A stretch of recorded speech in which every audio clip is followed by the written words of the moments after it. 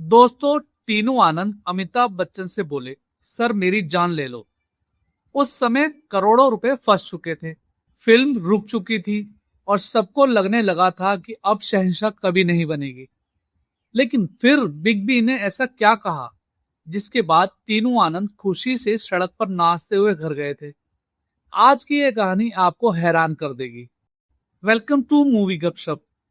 दोस्तों, बॉलीवुड में कई फिल्मों की बनने की कहानियां फिल्मों से भी ज्यादा दिलचस्प होती हैं और ऐसी ही एक कहानी जुड़ी है अमिताभ बच्चन की सुपरहिट फिल्म शहंशाह से। हाल ही में निर्देशक टीनू आनंद ने इस फिल्म से जुड़ा एक पुराना किस्सा शेयर किया जिसे सुनकर हर कोई हैरान रह गया। उन्होंने बताया कि कैसे अमिताभ बच्चन के एक्सीडेंट ने फिल्म को बीच मझधार में ला खड़ा किया था और कैसे बिग बी की एक बात ने उन्हें टूटने से बचा लिया। निर्देशक तीनू आनंद ने बताया कि शहंशाह की सबसे बड़ी समस्या ये थी कि फिल्म शुरू ही नहीं हो पा रही थी। उस समय अमिताभ बच्चन का भयंकर एक्सीडेंट हो चुका था। ये वही दौर था जब फिल्म कुली की शूटिंग के दौरान अमिताभ बच्चन गंभीर रूप से घायल हो गए थे। पूरा देश उनके लिए दुआ कर रहा था। अस्पताल के बाहर लोगों की भीड़ लगी रहती थी। हर जगह सिर्फ अमिताभ बच्चन की खबरें चल रही थी।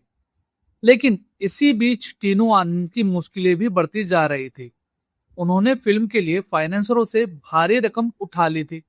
सेट तैयार थे, प्लानिंग पूरी थी, लेकिन फिल्म का सबसे बड़ा चेहरा शूटिंग के लिए मौजूद ही नहीं था। टीनू आनंद ने बताया कि अमिताभ बच्चन के एक्सीडेंट के करीब 2 हफ्ते बाद खबर आने लगी कि शायद अब वो फिल्मों में काम नहीं कर पाए। अब सोचिए दोस्तों, जिस अभिनेता के नाम पर करोड़ों रुपए लगे हों, अगर वही फिल्म छोड़ दे तो निर्माता निर्देशक की हालत क्या होगी। टीनू आनंद ने कहा कि वो समय उनकी जिंदगी का सबसे खराब दौर था। फाइनेंसर लगातार उनके दरवाजे पर आ रहे थे। सबके मन में सिर्फ एक ही सवाल था, अगर अमिताभ बच्चन फिल्म नहीं करेंगे तो हमारा पैसा कौन लौटाएगा। एक तरफ अमिताभ बच्चन की सेहत की चिंता और दूसरी तरफ फिल्म डूबने का डर। ऐसा लगा था कि शहंशाह शायद कभी बन नहीं पाएगी। लेकिन फिर कहानी में आया वो मोड़ जिसने सब कुछ बदल दिया। कुछ समय बाद अमिताभ बच्चन धीरे धीरे ठीक होने लगे। फिर टीनू आनंद को खबर मिली कि अमिताभ बच्चन जी उनसे मिलना चाहते हैं। वो तुरंत उनसे मिलने पहुंचे। टीनू आनंद ने बताया कि उस मुलाकात का वो पल जिंदगी भर नहीं भूल सकते। लंच का समय था, 3 थालियां लगाई गई थी। अमिताभ बच्चन खाना खा रहे थे, लेकिन उन्होंने देखा कि टीनू आनंद चुप बैठे हैं और खाना नहीं खा रहे।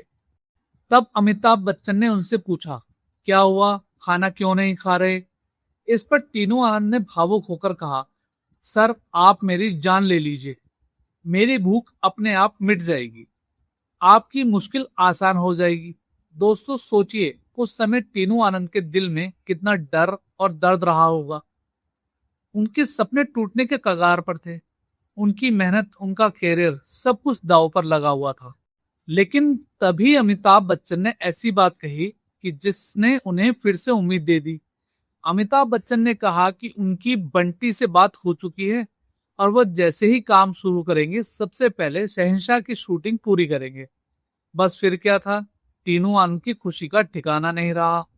उन्होंने मजाकिया अंदाज में कहा कि उस दिन खुशी से नाचते हुए टैक्सी में घर गए थे।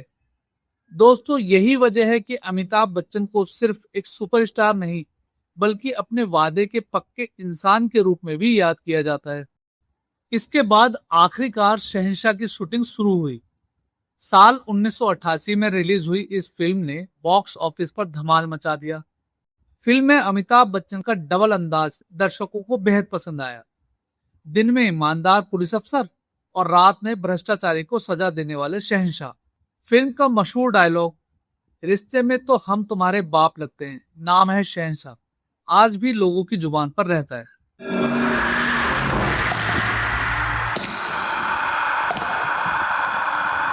रिश्ते में तो हम तुम्हारे बाप होते हैं, नाम है शहंशाह।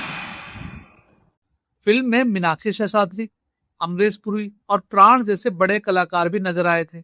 इसके दमदार डायलॉग और अमिताभ बच्चन की स्टाइल ने इसे आइकॉनिक बना दिया। आज इतने सालों बाद भी शहंशाह को बॉलीवुड की सबसे यादगार फिल्मों में गिना जाता है।